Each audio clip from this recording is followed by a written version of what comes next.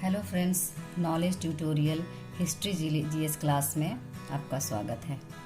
पिछले वीडियो में हमने पाषाण काल का संपूर्ण अध्ययन किया था।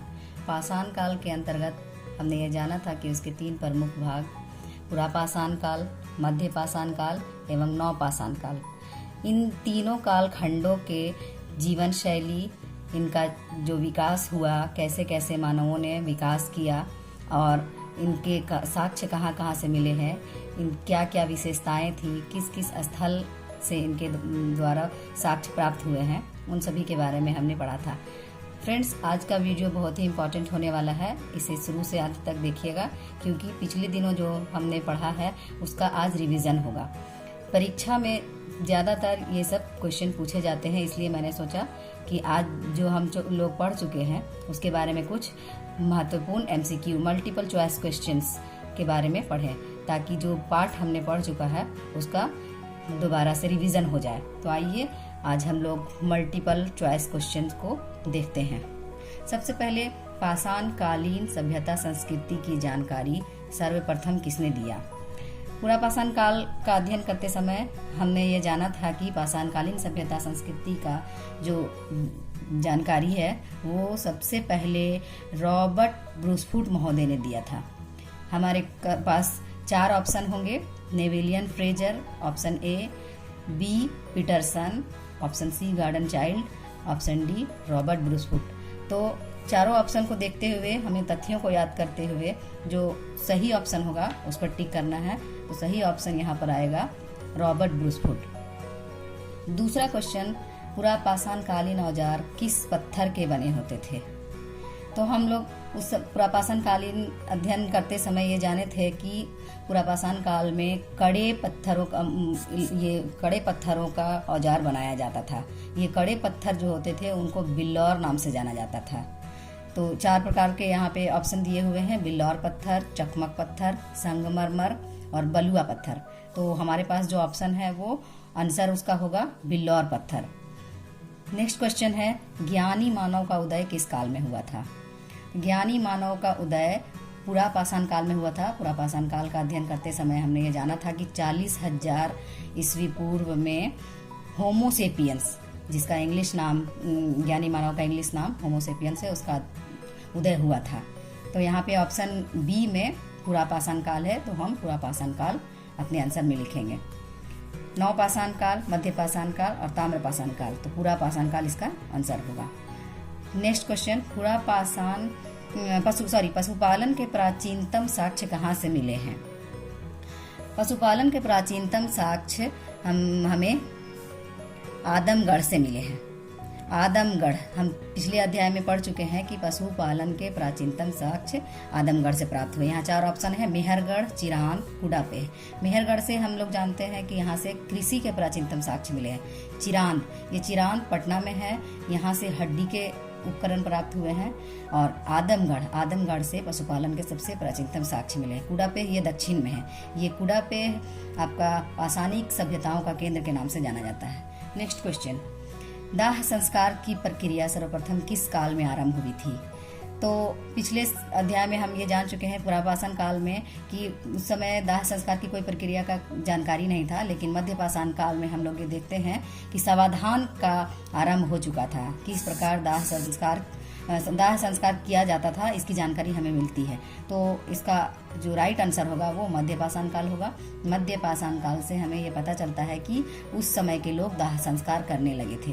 हालांकि किस प्रकार की विधि से दाह संस्कार किया जाता था इसके बारे में कोई प्रमाण नहीं है, अतः दाह संस्कार की प्रक्रिया का सर्वप्रथम आरंभ मध्यपाषाण काल से हुआ है। नेक्स्ट क्वेश्चन है, भारत में नवपाषाण काल का आरंभ कब होता है? तो हमने पहले भी बता चुका है कि भारतीय उपमहाद्वीप के परिप्रेक्ष्य में अगर हम देखें तो 7,000 ईस्वी पूर्व में नवपाषाण काल का आरंभ होता है। वहीं विश्व के परिप्रेक्ष्य में अगर हम देखते हैं तो 9,000 ईस्वी पूर्व में विश्व में नवपाषाण काल का आरंभ होता है। नेक्स्ट क्वेश्चन, सर्वप्रथम उपजाया गया अनाज कौन था? तो पिछले अध्याय में हमने पढ़ चुका है कि सर्वप्रथम उपजाया गया अनाज जो था वो जौ था। मानवों ने सबसे पहले कृषि के अंतर्गत जौ को उपजाया था, उसके बाद गेहूं, पहला जौ दूसरा गेहूं, कहीं कहीं रागी भी दिया रहता है। ऑप्शन में रागी दिया रहेगा तो रागी, जौ अगर नहीं होगा रागी होगा तो रागी हम लगाएंगे ऑप्शन में। तो यहाँ का जो ऑप्शन है कुल्थी, चावल, जौ, गेहूं, तो ऑप्शन के हिसाब से हमारा आंसर जौ होगा। पुरापाषाण काल से मध्य पाषाण काल के बीच जो शैल चित्र बनाए गए थे उनका प्रमाण भीमबेटका से मिला है। नेक्स्ट क्वेश्चन, मालिक के साथ कुत्ते को दफनाने का साक्ष्य कहाँ से मिला है? मालिक के साथ कुत्ते को दफनाने का साक्ष्य हम लोग नवपाषाण काल में पढ़ चुके हैं कि मालिक के साथ कुत्ते को दफनाने का साक्ष्य बुर्ज होम कश्मीर में है। कश्मीर से हमें ये साक्ष्य मिलता है कि मालिक के साथ कुत्ते को दफनाया गया था। नेक्स्ट क्वेश्चन, गर्त आवास के साक्ष्य किस स्थान से मिले हैं? तो नवपाषाण काल के अंतर्गत ही हमने उनके प्रमुख स्थलों में बुर्ज होम को पढ़ा है। बुर्ज होम से ही गर्त आवास के साक्ष्य हमें प्राप्त होते हैं। यहाँ 4 ऑप्शन है, बुर्ज होम, महदहा, आदमगढ़, संगेन कुल्लू। तो यहाँ पे राइट आंसर जो होगा वो बुर्ज होम होगा।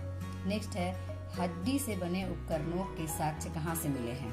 तो हम लोग जानते हैं कि पत्थरों से बने उपकरणों के साक्ष्य तो बहुत सी जगहों से मिले हैं, लेकिन हड्डी से बने केवल हड्डी से बने उपकरणों के साक्ष्य हमें चिरांद, जो कि पटना के आसपास का क्षेत्र है, चिरांद से केवल हड्डी के बने उपकरणों का साक्ष्य मिला है। यहाँ 4 ऑप्शन है, चवानी मांडो, कर्नाटक, चिरांद एवं बागौड़। राइट आंसर चिरांद होगा। नेक्स्ट, संसार के सबसे पुराने मृदभांड का प्रमाण कहाँ से मिलता है? दोस्तों यहाँ देखिएगा, संसार के सबसे पुराने मृदभांड की बात हो रही है, भारत की नहीं, संसार की सबसे पुराने मृदभांड का प्रमाण, इसका प्रमाण हमें चौवानी मांडो से मिलता है। यहाँ 4 ऑप्शन दिया गया है, गुफकराल, चौवानी मांडो, मेहरगढ़ और कुरनूल। तो इसका राइट आंसर होगा चौवानी मांडो। चौवानी मांडो ही वो स्थल है जहाँ से दुनिया में सबसे पहले मृदभांड का प्रयोग किया गया था, यानी मिट्टी के बर्तनों का इस्तेमाल सबसे पहले चौवानी मांडो से किया गया था, जिसका प्रमाण हमें यहाँ से मिलता है। नेक्स्ट, कृषि का सर्वप्रथम साक्ष्य प्राप्त होता है किस स्थल से? कृषि का जो साक्ष्य मिलता है वो सर्वप्रथम किस स्थल से प्राप्त होता है? कृषि का साक्ष्य सर्वप्रथम हमें मेहरगढ़ वर्तमान में पाकिस्तान के बलूचिस्तान क्षेत्र में पड़ता है। यहाँ पे 4 ऑप्शन दिया गया है, आदमगढ़, चिरांद, मेहरगढ़ और कोडाईकल दक्षिण भारत का क्षेत्र है। तो इसका राइट आंसर जो होगा, कृषि का सबसे प्राचीनतम साक्ष्य मेहरगढ़ से मिलता है। मेहरगढ़ अति विकसित क्षेत्र था। नेक्स्ट क्वेश्चन की ओर आएंगे, दक्षिणी एवं खुरचनी किस काल के औजार है? मध्य पाषाण काल, पुरापाषाण काल और निम्न पाषाण काल, नवपाषाण काल, इन सभी कालखंडों का हमने अध्ययन किया। तो जिसमें हम देखते हैं कि दक्षिणी एवं खुरचनी ये सूक्ष्म औजार होते थे जो कि मध्य पाषाण काल के थे। इस समय मानवों ने छोटे छोटे जानवरों का शिकार करना प्रारंभ कर दिया था। पुरापाषाण काल में हम देखते हैं कि जो औजार होते थे वो बिल्कुल बेडोल और बेढब हुआ करते थे। धीरे धीरे विकास करते हुए मानव मध्य पाषाण काल में आए और उन्होंने छोटे छोटे जीव जंतुओं का शिकार करने के लिए अपने औजार को भी सूक्ष्म बनाना शुरू किया। तो ये दक्षिणी एवं खुरचनी छोटे औजार होते थे जो मध्य पाषाण काल के औजार हैं। नेक्स्ट क्वेश्चन, स्त्री पुरुष अथवा युगल समाधान, युगल मतलब जोड़ा होता है, युगल समाधान का साक्ष्य कहाँ से मिले हैं? ये युगल समाधान के साक्ष्य हमें यूपी के सराय नहराय, यूपी में ही महदहा है, आदमगढ़, महदहा, सराय नहराय और चौवानी मांडो, ये प्रमुख स्थल है नवपाषाण कालीन साक्ष्यों के। तो सराय नहराय ये स्थल जो है, यहाँ से स्त्री और पुरुष इन दोनों को एक साथ दफनाया गया था। इसके साक्ष्य हमें सराय नहराय से मिलते हैं, जिसे युगल समाधान कहा जाता है। फ्रेंड्स, आज का ये वीडियो बहुत ही इम्पोर्टेंट है, आप शुरू से अंत तक इसे देखिए बिना स्किप किए हुए, और जो पिछले चैप्टर्स को हमने पढ़ा है उन सभी का रिवीजन इसमें दिया गया है। जो बिगिनर्स हैं, जो अभी अभी परीक्षा की तैयारी करना शुरू किए हैं, उन लोगों के लिए ये वीडियो बहुत ही इम्पोर्टेंट होने जा रहा है, क्योंकि घर बैठे हुए आराम से बिना कोचिंग जाए इस वीडियो के जरिए अपनी परीक्षा की तैयारी कर सकेंगे। जैसा कि हम जानते हैं अभी कोरोना का काल चल रहा है, तो घर में रहें, सुरक्षित रहें, कोरोना के चेन को तोड़ें और नॉलेज के चेन को बढ़ाएं। पसंद आया हो अगर ये वीडियो तो लाइक करें, शेयर करें, सब्सक्राइब करें।